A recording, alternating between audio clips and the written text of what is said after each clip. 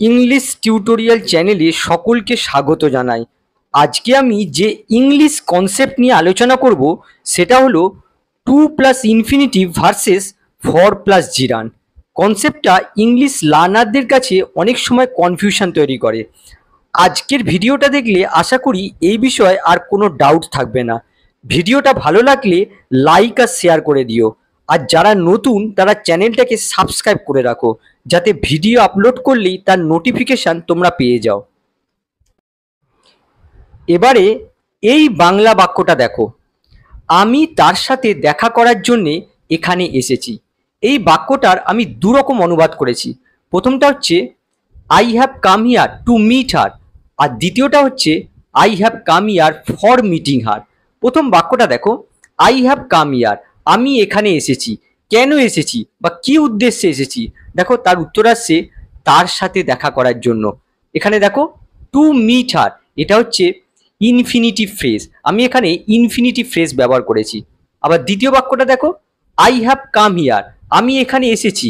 কেন এসেছি? দেখো তার সাথে দেখা করার জন্য, ফর মিটিং হার। এখানে দেখো ফর হচ্ছে প্রিপোজিশন, আর প্রিপোজিশনের অবজেক্ট রূপে এই মিটিং হচ্ছে জিরান, আর এই জিরান্ডের অবজেক্ট হচ্ছে হার। এই মিটিং হার এই অংশটুকু জিরান ফ্রেজ। এই প্রিপোজিশন আর জিরান ফ্রেজ মিলিত হয়ে প্রিপোজিশনাল ফ্রেজ তৈরি করেছে। আমি এখানে প্রিপোজিশনাল ফ্রেজ ইউজ করেছি। তাহলে দেখো এই দুটো বাক্যই কেন দিয়ে প্রশ্ন করে উত্তর পাচ্ছি। তার মানে এই দুটো ফ্রেজকেই আমরা অ্যাডভার্বিয়াল ফ্রেজ বলতে পারি। এখন প্রশ্ন হচ্ছে এই বাংলা বাক্যটার সঠিক অনুবাদ কোনটা, প্রথম বাক্যটা না দ্বিতীয় বাক্যটা?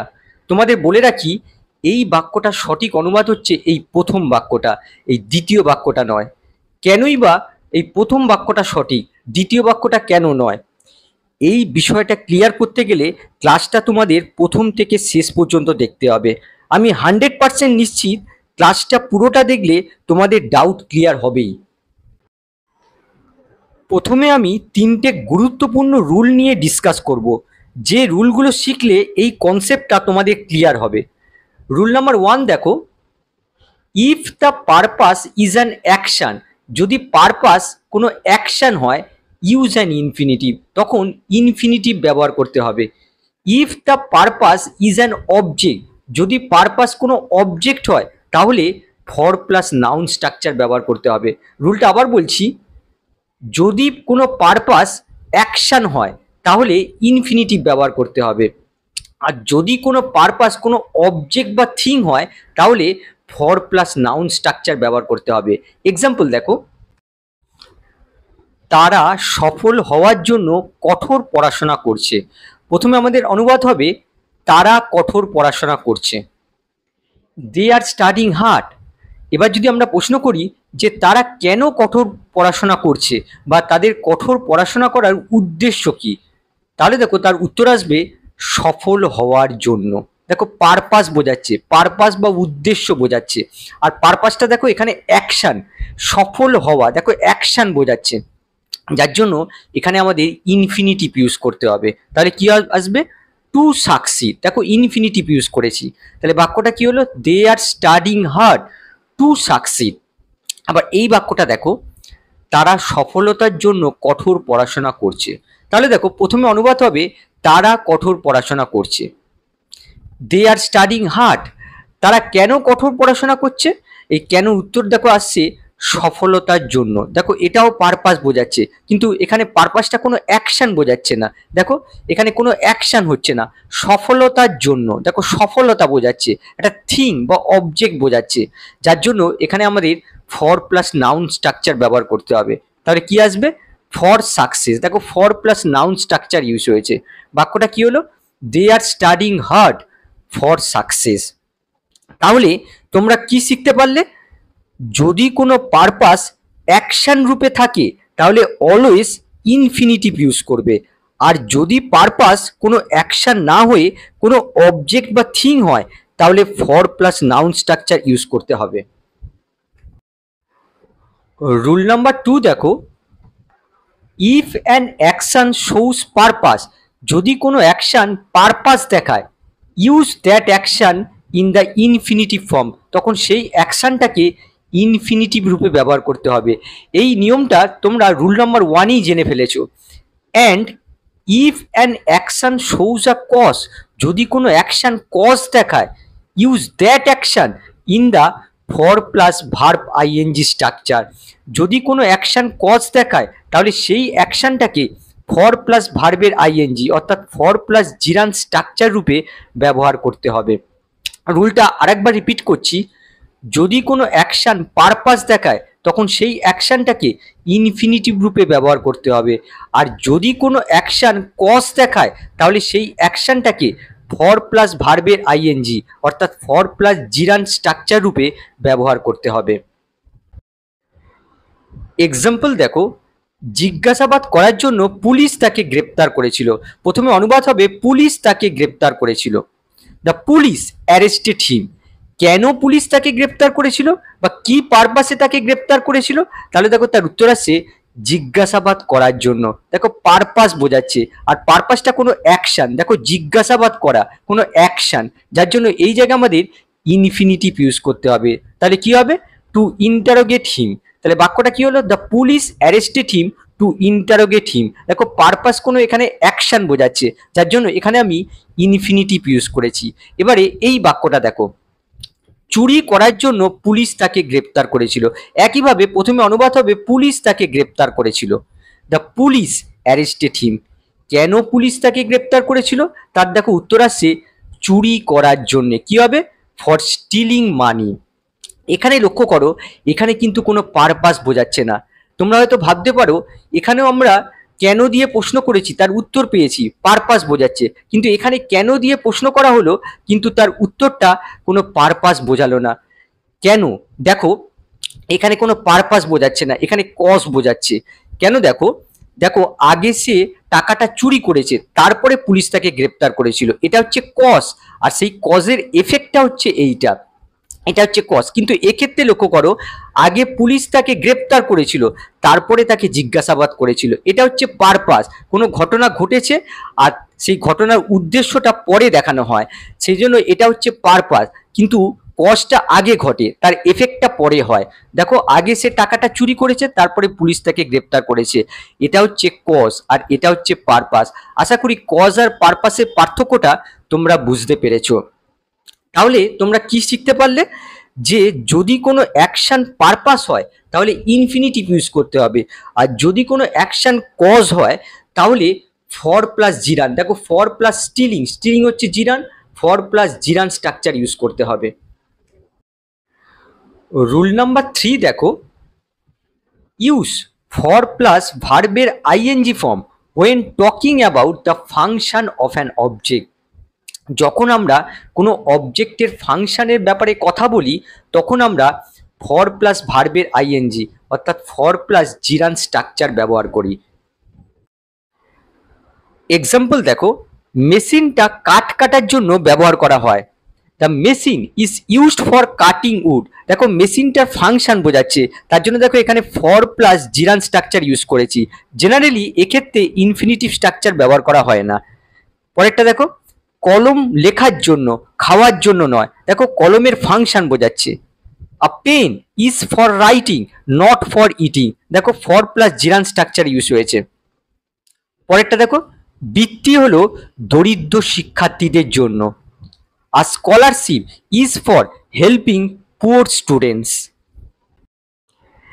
এবারে আমরা আবার মূল বাক্যে ফিরে আসছি। আমি তার সাথে দেখা করার জন্য এখানে এসেছি। এই বাক্যটার আমি দুরকম অনুবাদ দেখিয়েছি। একটা হচ্ছে I have come here to meet her, আর আরেকটা হচ্ছে I have come here for meeting her. প্রথম বাক্যে দেখো আমি কেন এখানে এসেছি বা আমার এখানে আসার উদ্দেশ্য কি, তার উত্তর আসছে তার সাথে দেখা করার জন্য। দেখো এখানে পারপাস প্রকাশ হচ্ছে, আর পারপাসটা দেখো কোনো অ্যাকশন বোঝাচ্ছে, যার জন্য এখানে আমি ইনফিনিটিভ ইউজ করেছি। আর এই বাংলা বাক্যটা সঠিক অনুবাদ হচ্ছে এই বাক্যটা। আবার দ্বিতীয় বাক্যে দেখো আমি কেন এখানে এসেছি, তার উত্তর আসছে তার সাথে দেখা করার জন্য। এখানে দেখো ফর প্লাস মিটিং হার, এটা হচ্ছে জিরান ফ্রেজ, প্রিপোজিশন প্লাস জিরান ফ্রেজ, এই পুরো অংশটা হচ্ছে প্রিপোজিশনাল ফ্রেজ। এখানে পারপাস প্রকাশ করতে আমি এখানে প্রিপোজিশনাল ফ্রেজ ইউজ করেছি। আর এখানে দেখো কোনো অ্যাকশন বোঝাচ্ছে, পারপাস কোনো অ্যাকশন বোঝাচ্ছে। আমরা কি জানি, যদি কোনো পারপাস কোনো অ্যাকশন বোঝায় তাহলে ইনফিনিটিভ ইউজ করতে হয়, কোনো প্রিপোজিশনাল ফ্রেজ নয়। তার জন্য এই বাক্যটা সঠিক। এখানে দেখো অ্যাকশন বোঝাচ্ছে কিন্তু এটা হচ্ছে প্রিপোজিশনাল ফ্রেজ, তাই এটা সঠিক হবে না। আবার আরেকটা জিনিস লক্ষ্য করো, এখানে ফর প্লাস জিরান্ট ইউজ হয়েছে। আমরা রুল 2 অনুযায়ী কি জানি, ফর প্লাস জিরান্ট কখন ইউজ হয়, যখন কোনো অ্যাকশন কোনো কজ বোঝায়। কিন্তু এখানে দেখো কোনো কজ বোঝাচ্ছে না। দেখো আগে আমি তার সাথে দেখা করেছি তারপরে কি আমি এখানে এসেছি, এটা ভুল হবে। তার জন্য এটা কোনো কজ বোঝাচ্ছে না। তাহলে দেখো এটা কিন্তু ভুল রয়েছে, এই বাক্যটা ভুল রয়েছে। এখানে যদি এই জিরান ফ্রেজের জায়গায় কোনো নাউন বসতো তাহলে কিন্তু পারপাস বোঝাতো, বাক্যটা কিন্তু সঠিক হতো। কিন্তু এখানে কোনো নাউন বসেনি, আর এখানে কোনো অ্যাকশন দেওয়া রয়েছে, এখানে কোনো অবজেক্ট কিন্তু বলা নেই।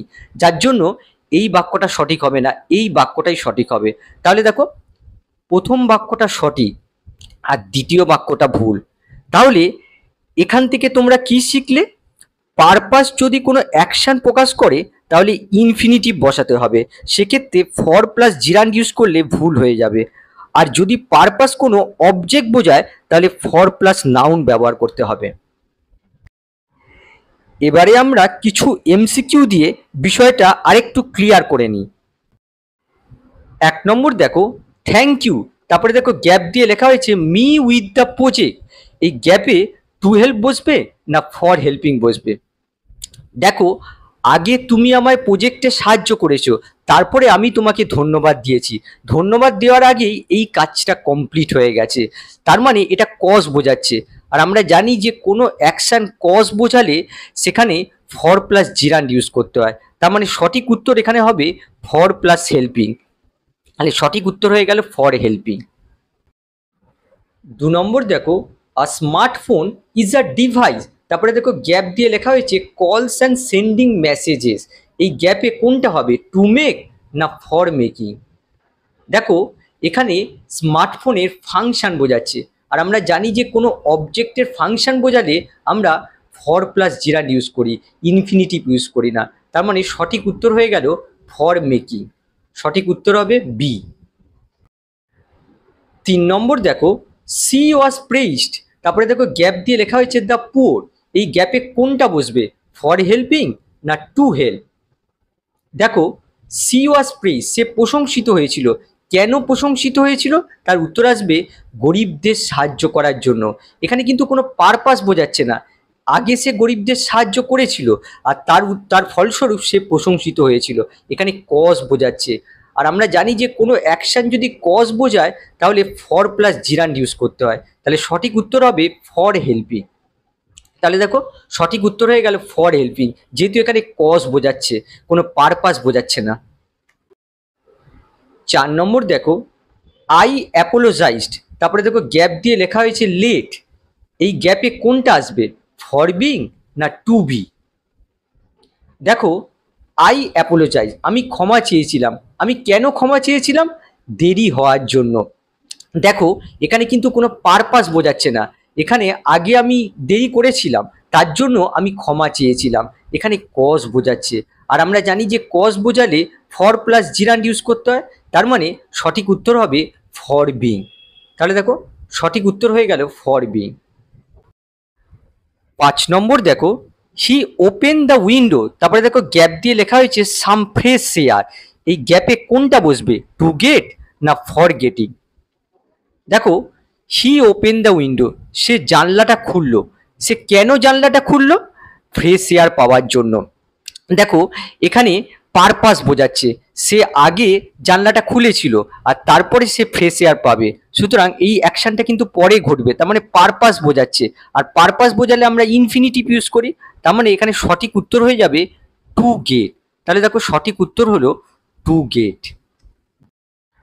সবশেষে এক নজরে আমরা শর্টকাট ট্রিকটা দেখে নেব, যেটা মনে রাখলে আর কোনোদিন ভুল হবে না। সেটা হচ্ছে টু প্লাস ভি1 আমরা ইন্টেনশন বা পারপাস বোঝাতে ইউজ করি, আর ফর প্লাস ভার্বের আইএনজি অর্থাৎ ফর প্লাস জিরান্ড আমরা ইউজ করি কোনো ফাংশন, কোনো অবজেক্টের ফাংশন আর কোনো অ্যাকশনকে কজ বোঝালে। আশা করি বিষয়টা তোমাদের ক্লিয়ার হয়েছে। আবার নেক্সট ক্লাসে অন্য কোনো টপিক নিয়ে আসবো। বাই।